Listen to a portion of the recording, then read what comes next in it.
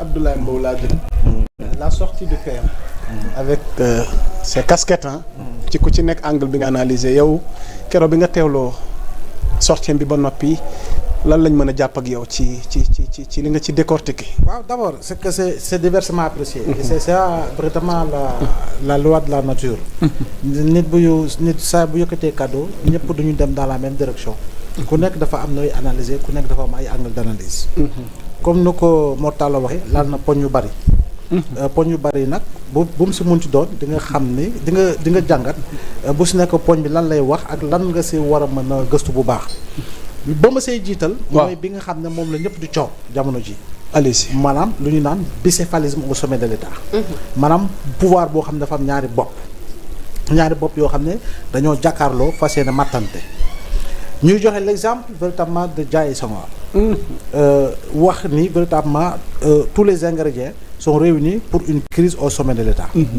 man ba jamono ji ba may gis leneen damay dàq wax jooju. lu tax ma koy dàq parce que boo jàngatee histoire du Sénégal di nga xam bu baax que ni bicéphalisme au sommet de l'État bi amoon en 1962 entre Ndiaye et Senghor c'est totalement différent ak li nga xam ne la ñuy dund jamono ji. lu tax parce que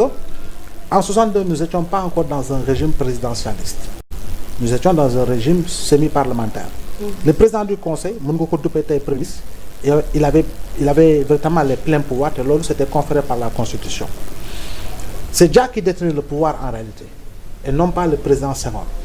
Parce que même bi ñu ko accusé de coup d'état moom wax na ko après bi mu génnee ne quelqu'un qui détient le pouvoir peut-il commettre un coup d'état. Donc ak la ci xew lépp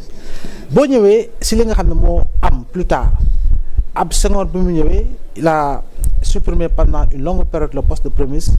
avant mu tànn Abdou Diouf bu muy dem il a modifié la constitution tànn Abdou Diouf au détriment de Babacar Ba de Kaolack qui était l'ancien ministre des finances ak la ci xew lépp boo ñëwee si Abdou Diouf kazalika parce que boobu dugg nañu ci régime social présidentialiste partant de la constitution de 1963 président moo am pouvoir constitutionnel de nommer et de démettre qui il veut fut-il premier ministre du Sénégal. Tey le premier ministre Ousmane Sonko il a été nommé par la puissance du décret te décret boobu kenn yor ko ku dul président Diomaye mais dafa am loo xam ne dañ koy jàngat ci seen relation parce que pour la première fois dans l'histoire politique du Sénégal nga am premier ministre boo xam ne moom moo tànn ki nga xam ne moo jiitu nekk président ba pare ne Sénégalais voté leen ma donc Sénégalais bu ñu ko voté ils ont voté même su fekkee ni constitutionnellement c'est le président Diomaye qui a été élu mais les Sénégalais ont suivi la voie tracée par Ousmane Sonko parce que kan moo détient la légitimité politique c'est Ousmane Sonko qui détient la masse c'est Ousmane Sonko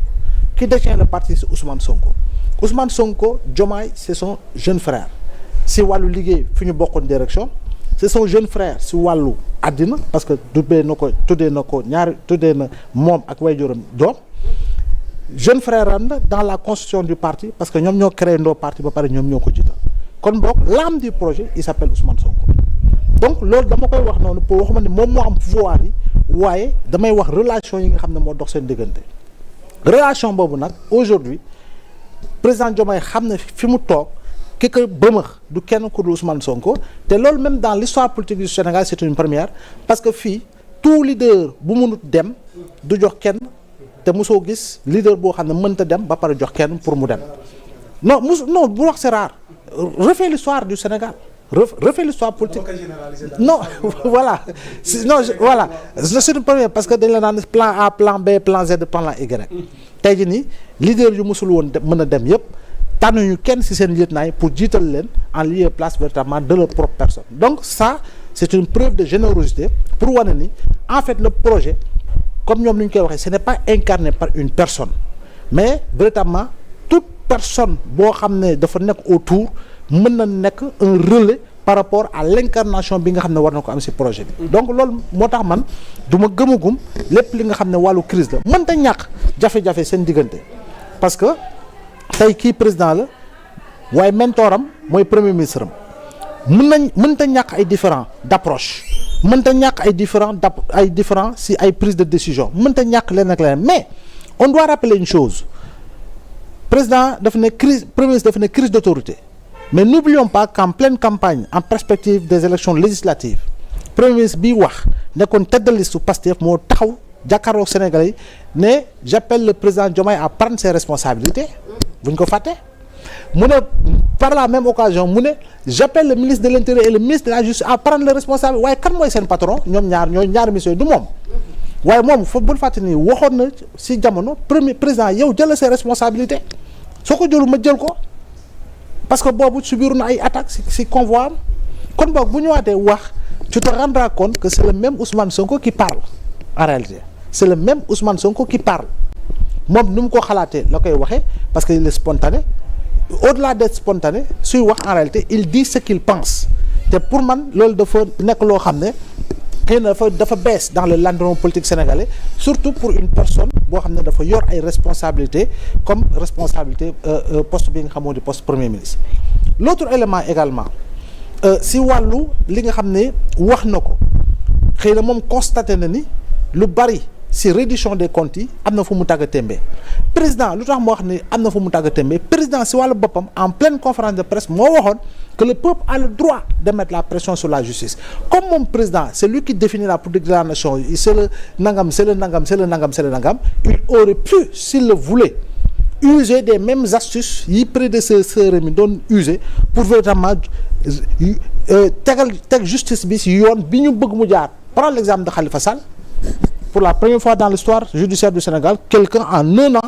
ñu condamné ko en première instance ba rabat d'arrêt kon boog loolu moom président Diomaye bu ko neexoon doxale ko noonu dafay wane ni kon boog ñoom dañoo bàyyi quelque part justice véritablement sans une implication pour jox ko ay orientation ak ay directives et je pense que loolu déjà c'est une option de rupture et c'est une bonne nouvelle pour les Sénégalais en termes de réconciliation avec leur justice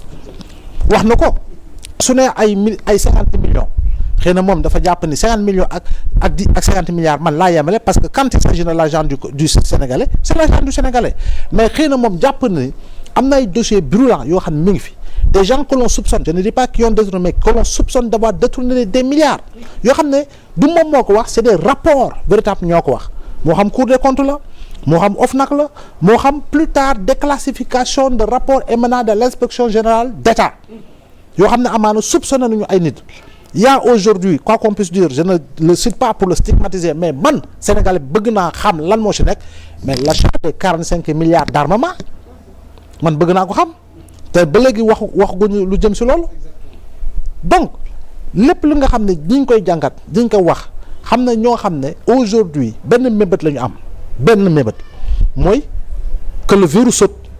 et si le verrou saute mais ils s'en prennent au président. parce que loolu noonu dañu gis ne aussi dafa am benn réalité bu ñuy faral di gis au niveau des institutions muy l'état profond est-ce que ñoom mën nañu réussir loolu aussi non xam nga souvent état profond moom bu fissure di am souvent fa la fissure bi waaw xam nga l'état profond a ses réalités xam nga l'état profond il y a ce que l'on voit et ce que l'on ne voit pas il y a ce que l'on entend et ce que l'on n'entend pas il y a ce que l'on comprend et ce que l'on ne saurait comprendre si on ne nous l'explique pas loolu mooy l'état profond te état profond boobu yow ak man ñoo ci yem ay suspicion lañ ciy demee suspicion nga ciy demee par rapport à la juxtaposition des faits yow da nga naan fait nu mu tegalante da man njort naa ñaar ñii daañu dalante waaye ka ña say insister regarde bien c'est ce qu'ils ont toujours souhaité et c'est ce qu'ils vont souhaiter et c'est ce qu'ils vont continuer de souhaiter c'est-à-dire qu'il y ait une crise systémique boo xam ne en réalité le président sera mis de côté yaa ngi dégg affaibli parce qu'il ne détient pas l'appareil l'autre élément wax na ko que ni gëmul ay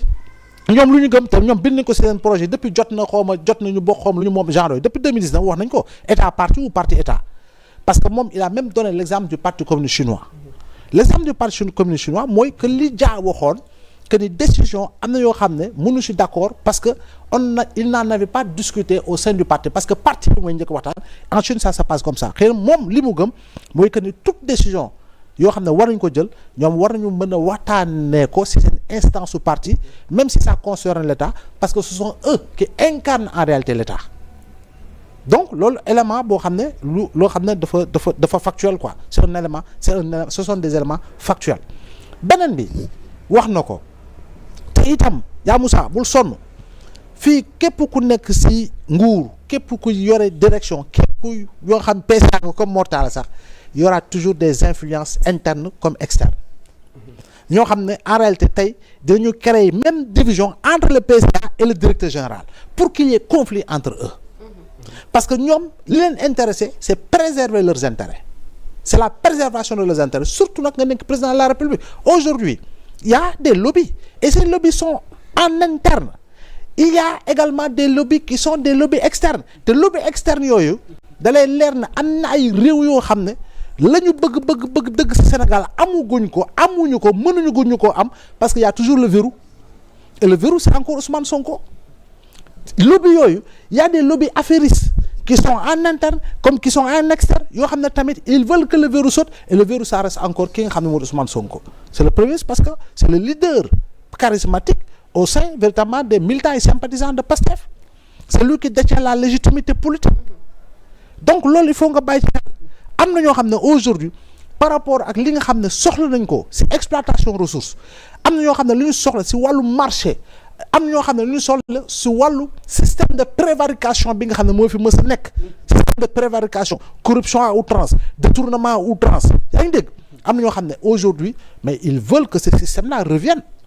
et système boobu mëntul ñëwagul parce que itam en dehors du président il y a encore une fois le verrou et le verrou encore une fois c'est ki nga xam ne mooy premier ministre bi donc lobby yooyu ça peut être des États d'abord des États ça peut également être d'autres lobbies yoo xam ne c'est des lobbies constitués et qui sont fondamentalement et financièrement puissants yoo donc loolu il faut ñu tenir ce compte pour wax ni mais ñi nga xam ne tey tenir compte bi dogguma la ndax dina wéy parce que bu demee ba évoquer démission donte du ko def donc mat na def taxaw seetlu waaw parce que wax ni sax mu dellu Assemblée nationale parce que lu mat a bàyyi xel la ndax li mu bëgg waaw buñ ko ci fekk siwul tamit du ñu jox raison ñi njort bi céphalisme waaw xam nga tey jii nii bu ñu seetaanee ba division am seen biir mais qui en subira les conséquences autant le président autant le premier ministre autant ñuy àndal au sein de Pastef et de leurs alliés c'est eux qui en subiront les conséquences kon boog yow tu dois toujours apprendre des erreurs des autres quand on apprend toujours des erreurs des autres on vit dans des erreurs que l'on rectifie à temps et rectifier à temps boobu c'est véritablement li ñuy wax comme ni ñu koy wax le linge sale ça lave en famille dina tollu jamono ñoo xam ne faw nit ñi ñoom seen biir ñooy lëkkalante ñooy waxante seen mag yi seen doyen yi nekk seen biir doyen yi nekk si biir am loo xam ne dañ koy dox parce que lëkkaloo boobu en réalité c'est ce qui fait la puissance actuelle pour véritablement dérouler projet bi nga xam ne décliné nañ ko par rapport à une vision qui va jusqu'en 2050 donc élément yooyu c'est nécessaire parce que am na ñoo xam ne aujourd'hui il ne souhaite pas véritablement ce temps calme tey météo bu loolu wax ni da laan temps calme temps xawma kii yooyu mais am na ñoo xam ne ils veulent une tempête permanente parce que ñoom loolu si loolu la ñu la mën a jaar pour atteindre leurs objectifs d'isoler et de mettre de côté ñi fi nekk jamono ji pour pouvoir se donner les moyens d'arriver au pouvoir donc loolu c'est des éléments pour man yoo xam ne war nañ si bàyyi xel léegi lu mu wax société civile y a un mot boo xam ne dama ko naan premier ministre prochaine fois moom bu ko waxaat waaw dingi ko s'il y a lieu véritablement de présenter des excuses vas-y jomp mais am na loo xam ne ku doon suivre je dis les sorties am na lu bari loo xam ne doon na ko critiquer si yenn partie société civile mais dans cette société civile là il y a véritablement des hommes que les Sénégalais doivent respecter qui ont joué véritablement rôle bu am solo te yàggul il y a quelques mois tey tu prends Alioune Tine écoute il met en place des arguments mais offensé wul kenn Seydi Gassama pareil il a mené des combats yoo xam ne Mortalla xam na si dara ak keneen et je rappelle que joué nañu rôle yu am solo je rappelle toujours qu'en 99 2000 mais je pense qu'il n'a pas généralisé. non bien sûr wax na dafa ñenn mais damay jox exemple ñoo xam ne en réalité xëy na mën nga critiquer mais il faut se limiter aux critiques par rapport à des arguments à développer et ne pas verser véritablement dans le manque de respect ou les insultes parce que 99 2000 carte d'identité israélienne yi Abdoulaye dafa taxaw ne duñ ko voté affaire dafa waroon créer crise Sénégal mais kan moo dox jàmm c'était le doyen Abdou Aziz Ndiaye c'était qui également Radi c'était qui encore Alioune Tine c'est eux qui ont dénoué véritablement la crise